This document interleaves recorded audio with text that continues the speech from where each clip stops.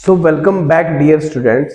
तो जैसे कि आपने हमारा लास्ट लेक्चर देखा था, लास्ट लेक्चर में हमने क्या पढ़ा था, टाइम, स्पीड्स एंड डिस्टेंस के बारे में। फर्स्ट ऑफ ऑल टाइम क्या होता है, स्पीड क्या होता है, डिस्टेंस क्या होता है, बेसिक इनके बारे में पढ़ा था। देन हमने क्या किया था कि फार्मूलाज डिस्कशन की थी कि टाइम निकालने का फार्मूला क्या होता है, स्पीड निकालने का फार्मूला क्या होता है, डिस्टेंस निकालने का फार्मूला क्या होता है। फिर उसके बाद हमने देखा था कि अगर हमारे पास मीटर पर सेकंड में कोई स्पीड दी गई है, उसको किलोमीटर पर आवर में कैसे कन्वर्ट करते हैं, ये हमने देखा था। ठीक है, फिर उसके बाद हमने देखा था कि kilometre per hour to metre per second में कैसे कन्वर्ट किया जाता है, वो हमने पढ़ा था। तो जैसे कि ये सब हमने अपने लास्ट लेक्चर में पढ़ा था, तो आज हम लोग स्टार्ट करने जा रहे हैं इन्हीं के बेसिस पे कुछ क्वेश्चंस। तो चलो स्टार्ट करते हैं हमारा आज का लेक्चर। तो बच्चा जी, ये रहा हमारा आज का क्वेश्चन। यहां पे लिखा गया है find the distance covered by a man walking for 12 minutes. मतलब कि कोई इन्होंने क्या बोला है कि डिस्टेंस आपने पता करना है कि एक आदमी जो वॉक कर रहा है कितनी देर के लिए, 12 मिनट्स के लिए, at a speed of 3.5 kilometre. तो सबसे पहली बात, आपके पास एक फार्मूला था, speed equal to distance upon time. तो अगर डिस्टेंस निकालना है तो क्या हो जाएगा, speed multiply by time equal to distance. तो अब यहां पे हमारे पास स्पीड कितनी दी गई है, 3.5। अब आगे लिखा गया किलोमीटर पर आवर, यहां पे है 12 मिनट। अब 12 मिनट को आपने किलोमीटर पर आवर में, मतलब आवर में कन्वर्ट करना है, तो आपने क्या करना पड़ेगा, 12/60 करना पड़ेगा। ठीक है जी। अब देखेंगे यहां पे क्या आ गया कि इसको कैसे अब आपने काटना है, देखेंगे। ठीक है, यहां पे सबसे पहली बात, 12 1 जा 12, 12 5 जा 60। तो यहां पे है 3.5 अपॉन क्या आ जाएगा, अब यहां पे पहले आएगा 1/5। ठीक है, इक्वल टू डिस्टेंस। अब इसको कैसे निकालना है, आपके पास इजी तरीका, यहां पे मैं डिस्टेंस को थोड़ा डीप से रिप्रेजेंट करूंगा क्योंकि हमारे पास स्पेस कम है। ठीक है, ये आ गया डी, ये आ गया डी। अब यहां पे हमारे पास d इक्वल टू 3.5 मल्टीप्लाई 1/5 है। तो d इक्वल टू 3.5 मतलब डेसिमल में है, इसको हम फ्रैक्शन में कन्वर्ट करेंगे, क्या आएगा, कितना आएगा, 35/10 मल्टीप्लाई बाय 1/5। ठीक है जी, देखो 5 1 जा 5, 5 7 जा 35। तो डिस्टेंस इक्वल टू 7/10। अब इसको कैसे करेंगे, 7/10 है, यहां पे 7 10 पॉइंट लगाया 0, 10 7 जा 70। ठीक है जी, तो मतलब डिस्टेंस आपका आ जाएगा 0.7 किलोमीटर। ठीक है जी, ठीक है बच्चा। तो ये था हमारा आज का पहला क्वेश्चन। बढ़ते हैं हम अपने दूसरे क्वेश्चन की तरफ। तो बच्चा जी, ये रहा हमारा क्वेश्चन नंबर 2। अब क्वेश्चन नंबर 2 में क्या बोला गया है, find the time taken to cover a distance. मतलब आपको टाइम निकालना है। फार्मूला था speed equal to distance multiply by time. Time निकालना है, डिस्टेंस जो होगा इसके नीचे आ जाएगा। ठीक है, तो कैसे आएगा, स्पीड इक्वल टू क्या आएगा, स्पीड के नीचे करेंगे हम speed upon distance equal to time. अब स्पीड हमारे पास कितनी थी, 45 किलोमीटर पर आवर, नीचे 125 किलोमीटर डिस्टेंस।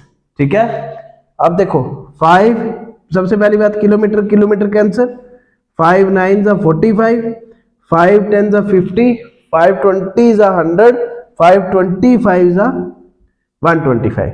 ठीक है, तो 9/25 और जो होगा वो आएगा आपके पास टाइम। ठीक है जी, ये तरीका है निकालने का टाइम। ठीक है, तो बढ़ते हैं हमारे क्वेश्चन नंबर 3 की तरफ।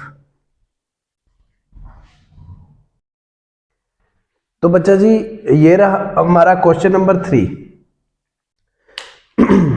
यहां पे कहा गया है Krishna covers a certain distance by car eight a speed of 35 kilometre per our. मतलब कि लाइक कुछ डिस्टेंस जो है कृष्णा कवर करता है बाय कार की मदद से। कितनी स्पीड के साथ? 35 kilometre per hour and return back to the starting point riding on a scooter. मतलब नेक्स्ट टाइम क्या कर रहा है? पहली बार वो कार से गया है और दूसरी बार वो किससे आया है? स्कूटर से। और क्या स्पीड के साथ? 25 kilometre per hour. Find the average speed of whole journey. तो एवरेज स्पीड निकालने का फार्मूला क्या था जो मैंने आपको लास्ट लेक्चर में पढ़ाया था? एवरेज स्पीड क्या था? Equal to twice of A B upon A plus B. ठीक है जी। अब ए जो है हमारे पास क्या है? 35 किलोमीटर पर आवर, तो 2 मल्टीप्लाई बाय 35, और बी हमारे पास क्या है? 25 kilometre per our multiply by 25 divided by 35 plus 25। ठीक है जी। क्या आ गया यहाँ पे? 2 multiply by 35 multiply by 25 divided by 60। ठीक है जी। अब 5 5 जा कितना? 25 और 5 12 जा 60। तो 2 1 जा 2, 2 6 जा 12। 35 मल्टीप्लाई बाय 5 अपॉन 6 क्या आएगा? 5 5 जा 25, 2 कैरी, 5 3 जा 15 और 2 17 अपॉन 6। तो 175 अपॉन 6, 6 2 जा 12, कितना बच गया? 5 5 नीचे। ठीक है। 6 देखो 6 8 जा 48, 6 9 जा देखो 6 9 जा कितना आ जाएगा? 54, 6 9 जा 54। 1 बच गया, पॉइंट लगाया 0, तो 6 1 जा 6।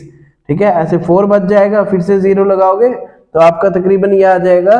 क्या आंसर आएगा? 29.1416 ले लो, 16 आएगा, ये आपका आंसर आ जाएगा। ठीक है। कि अगर आपके पास इस फॉर्म में आए, जब भी आपको एवरेज स्पीड निकालनी हो, आपने एक चीज का ध्यान रखना है कि आपको 2 डेसिमल प्लेसेस तक जो है क्वेश्चन सॉल्व करना ही करना है। ठीक है। क्योंकि क्या होता है कि कई बार 1 डेसिमल प्लेस तक आपके कई ऑप्शन ठीक होते हैं, मतलब बराबर होते हैं, सारे बराबर दिए गए होते हैं, लेकिन जब आप 2 डेसिमल प्लेस तक निकालते हो तो तब जाके आपका आंसर जो है बिल्कुल करेक्ट हो जाता है। ठीक है जी। तो ये थे आज के क्वेश्चन, और नेक्स्ट हमारा जो लेक्चर होगा उसमें हम पहले कुछ और कंसेप्ट करेंगे, या इसमें जो होगा थोड़ा और एडवांस होगा। ठीक है। तो अभी जो है हम लोग बेसिक लेवल ही चल रहे हैं, तो कल जो होगा या लास्ट लेक्चर जो हमारा अपकमिंग होगा उसमें क्या होगा कि हम लोग कुछ एडवांस पढ़ेंगे। ठीक है। तो बच्चा जी जितने भी बच्चे सुपरवाइजर के लिए तैयारी कर रहे हैं, प्रिपरेशन जितनी भी कर रहे हैं, वो कम से कम अपने कॉन्टेक्ट में शेयर करें जो भी कर रहे हैं, और चैनल को सब्सक्राइब करें। और जो भी डाउट होता है, जैसे कि मैंने आज एक कमेंट देखी थी किसी बच्चे की, जिसने हमारा आई थिंक एवरेज वाला कोई चैप्टर था, उसमें उसने बोला था कि सर क्वेश्चन नंबर 5 जो है उसमें क्या करेक्शन है। तो मैंने फिर देखा दोबारा से एक बार, तो हाँ वाकई में करेक्शन थी।